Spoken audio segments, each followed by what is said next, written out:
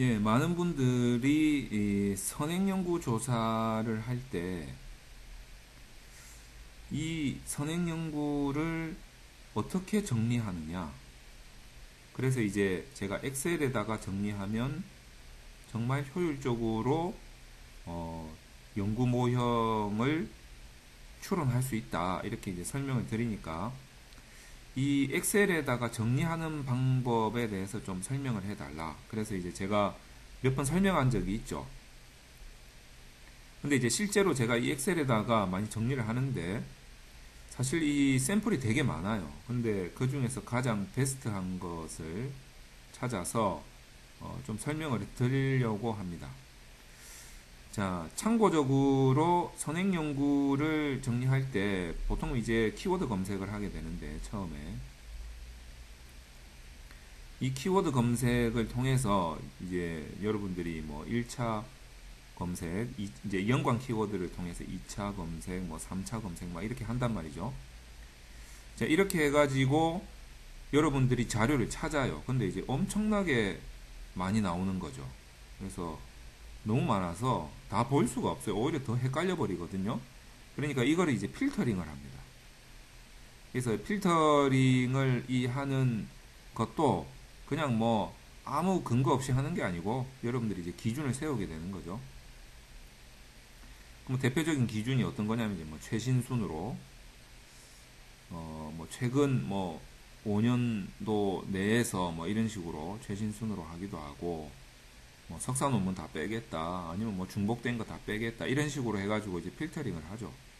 그렇게 해서 보통 이제 뭐 석사 논문 뭐 또는 학회 논문 또는 뭐 박사 논문 이런 식으로 구별을 해서 보통 보면 뭐 어떤 경우에는 4, 50개 정도 하다 보면 어떤 경우에는 50에서 뭐 한 80개 정도 하다 보면 연구 문제가 이제 이렇게 나온단 말이에요.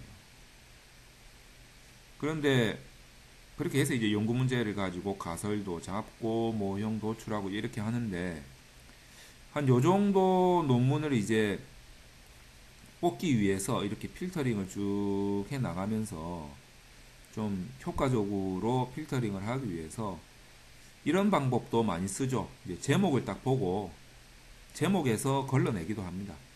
그래서 이 제목이 좀 좋은 제목은 어떤 거냐면 이 제목을 통해서 이제 연구 대상도 좀 알 수 있고 연구 도구도 알 수 있고 연구 방법도 알 수 있는 자, 이런 단어로 구성된 이런 대상 도구 방법을 유추할 수 있는 그런 단어로 구성된 그런 제목이면은 어떤 생각이 드냐면 야, 이 정도의 제목을 정할 수 있는 사람이면 굉장히 논문을 잘 아는 사람이겠구나 라는 생각이 들 정도라는 거죠.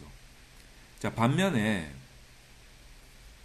제목을 봤는데 이 도대체 제목을 보니까 뭐라고 말하는지 모르겠어요. 너무 추상적으로 막 제목을 적는 경우도 있어요. 저는 어떤 생각이 드냐면 도대체 이거 논문이 연구자가 뭘 알고 쓴 거야? 라는 생각이 들 정도로 제목을 보고 판단을 많이 하게 됩니다. 그러니까 제목을 통해서 이런 정보들을 좀 알 수 있어야 돼요. 그래서 이제 제목을 통해서 걸러내기도 하고 막 그러는 거죠. 어쨌든 이제 이렇게 이제 필터링을 해서 나오게 되면 이 논문들을 대부분 이제 다운로드를 하죠.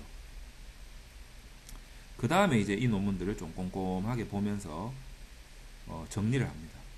근데 이제 꼼꼼하게 본다고 하더라도 논문을 한 편 보는데 너무 많은 시간을 할애할 수가 없어요. 왜냐하면 사람의 기억이 한계가 있기 때문에. 그래서 빠른 시간 내에 이 논문을 정리를 해야 되는데 어떤 거를 정리하냐면 바로 요거를 정리합니다.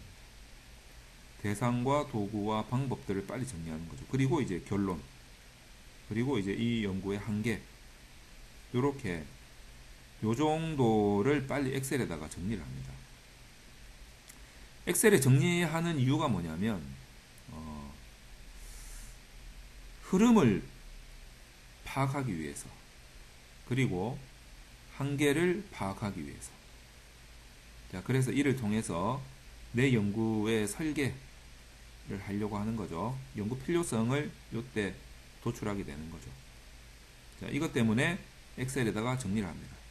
이 정리를 해놔야 이 사람 머리가 한계가 있기 때문에 그래야지 내가 이거를 조금 더 효율적으로 선행연구 조사를 해서 그 선행연구 조사를 이론적 근거 삼아서 내가 연구 설계를 하게 되는 거죠. 그래야지 이 근거 있는 문제 제기가 되어야만 그것이 바로 내가 탄탄한 연구의 목적을 가질 수 있게 되는 것입니다.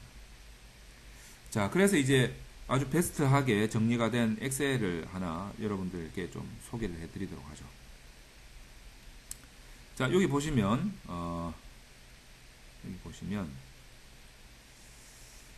자, 한번 보세요. 그 엑셀에다 이렇게 정리를 하는데, 자, 여기 이제 선행연구 자료라고 이렇게 지금 구분을 해놓고 있죠. A 셀에다가. 자, 그리고 나서 이제 B 셀에다가 선행연구 리스트를 이렇게 이제 하나씩 참고 문헌에 들어가는 그 방식대로 나열을 합니다. 자, 그리고 나서 이제 혹시 내가 이 파일을 다 다운로드 받았나? 이렇게 하는 거죠. 그리고 이제 이 논문 하나하나에 이 연구 대상을 이렇게 씁니다. 지금 이게 상당히 많은 거예요. 이제 앞에서부터 보면 연구 대상 이렇게 쭉 적어 나가죠. 그리고 이제 이 논문들의 방법이 질적인가 양적인가 이렇게 구분을 하고, 만약에 이제 질적 연구면은 어떤 이론과 어떤 사례를 사용하고 있나? 라는 것도 이제 이렇게 정리를 합니다. 자, 그런 다음에, 보시면은, 이게 만약에 양적 연구면은, 자, 어떤 분석 도구를 사용하고 있냐? 도구가 이제 뭐 주요 변수가 되는 거니까. 자, 독립 변수는 어떤 거, 종속 변수는 어떤 거, 조절 변수는 어떤 거, 매개 변수는 어떤 거, 뭐 기타 변수 어떤 거, 뭐 이런 식으로 쭉 정리를 하는 거죠. 자, 그 다음에 분석 기법은 어떤 걸 사용하고 있느냐, 뭐 이렇게 쭉 정리를 합니다. 근데 이제 지금까지 나온 것들이 다 어디에 있습니까? 여기까지 나온 것들이 전부 다 이 논문들의 제3장 연구 방법에 있는 부분들이겠죠. 대부분이 그렇습니다. 대부분이 제3장 연구 방법에 있는 것들. 자, 그 다음에 이제 연구 결과. 자, 연구 결과를 이제 정리하는 거죠. 요거는 어디 있겠습니까? 제5장에 있겠죠. 그리고 이제 여기 요렇게 보시면 여러분들이 여기 안 보이시는구나. 자, 여기 보시면 연구 한계. 요 두 개는 제5장. 자, 결론에 있는 부분이죠. 자, 그렇게 해서 이제 하나씩 정리를 하는 거죠. 자, 그게 뭐다? 바로 선행연구. 자, 하다 보면 내가 찾기는 많이 찾았는데 한 이 정도까지 이렇게 조사를 하고 나니까 연구 문제가 딱 보이는 거죠. 자, 그러면 나머지는 찾아놓긴 했지만 파일을 다운로드 안 받고 여기서부터는 안 봐도 되겠다. 자, 내 연구의 이론적 근거의 범위는 여기까지다. 여기까지가 뭐다? 이론적 근거의 범위다. 이렇게 이제 보는 거죠. 그러니까 나머지는 그냥 찾아놓기만 하고 일단은 그냥 보진 않습니다. 자, 그리고 나서 이제 선행연구의 동향을 파악하는 거죠. 자, 연구 대상은 주로 이 사람들을 하더라. 질적연구, 양적연구 다 있더라. 그 다음에 주로 이런 이론과 사례를 보더라. 질적연구일 때. 그리고 나머지도 다 마찬가지죠. 주로 이런 변수들을 독립 변수로, 종속 변수로, 조절 변수로, 매개 변수로, 뭐 기타 변수로 사용하고 있더라. 인 거죠.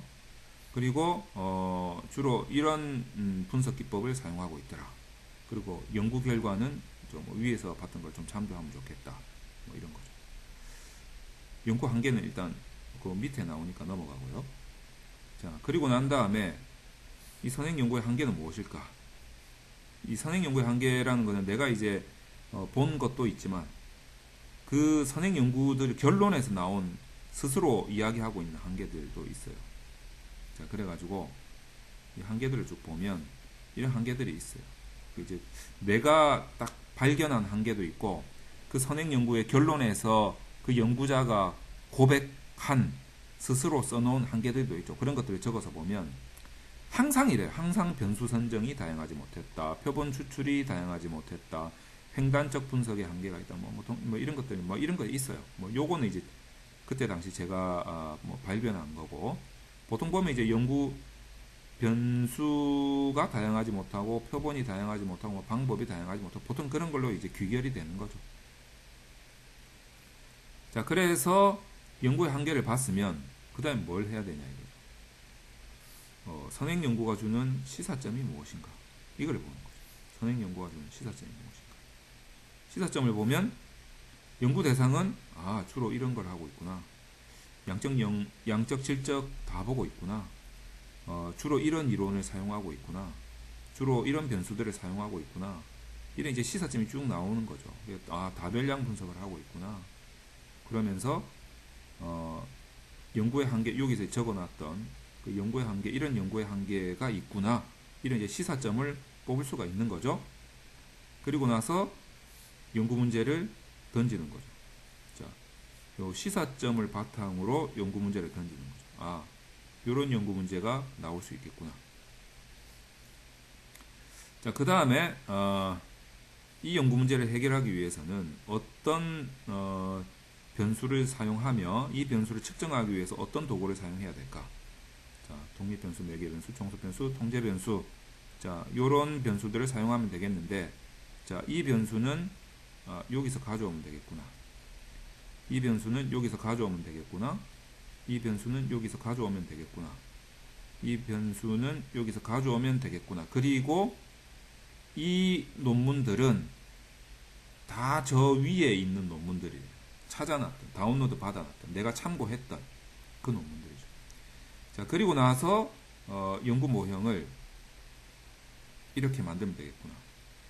라고 연구 모형을 이제 이렇게, 지금 요거는 이제 구조 모델인데 이렇게 모형을 구성하면 되겠구나. 자, 그리고 나서 분석 절차는 자, 요런 방식으로 분석을 하면 되겠구나. 그리고 기타로 연구 대상은 자, 이 사람들, 표본 추출은 자, 요렇게, 분석 프로그램은 뭐 요런 식으로 하면 되겠구나. 하고 난 다음에 이제 마지막으로 제목을 정하는 거죠. 제목을 정하는. 자, 연구 대상과 그 다음에 주요 변수와 분석 방법이 들어간 제목을 선정을 하게 되는 거죠. 자, 이런 식으로 엑셀을 이용을 해서 여러분들이 엑셀을 사용을 해가지고 여러분들이 이 정리를 한다면, 선행 연구를 정리를 한다면 보다 더 좀 효과적인 연구 설계가 가능하다. 자, 요런 말씀을 좀 드리고 싶네요. 자, 그래서 평소에 이제 논준모 연구소의 김성하 소장이 말하는 선행 연구 엑셀 정리 방법이 도대체 뭐냐? 정체가 뭐냐? 어떻게 하는 거냐? 자, 그 부분에 대해서 궁금증이 있으셨던 분들은 이 강좌를 통해서 그 궁금증이 해소되었기를 바랍니다.